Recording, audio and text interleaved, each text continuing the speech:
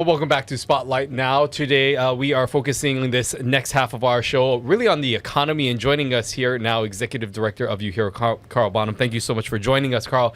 Great to see you again. Want to briefly just start off talking about the impacts of the Maui wildfire and how it's impacted our state economy. What can you tell us about how things are projected and looking now that we have some numbers, we see some of the residual effects of what this has done to the economy, not only for the state, but for Maui County as a whole?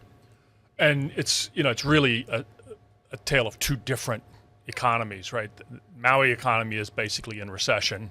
After losing roughly 50% of their visitors very, very quickly after the fire, they've recovered about half of those losses.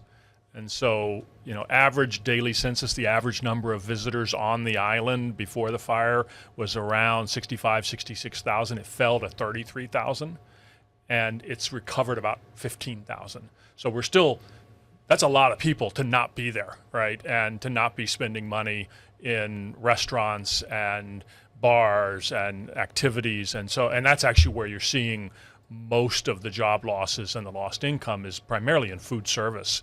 And then if you look at the rest of the state, essentially Maui lost about 7,000 jobs very, very quickly and is currently down about 5,000 from the wildfire. But the rest of the state grew more than that.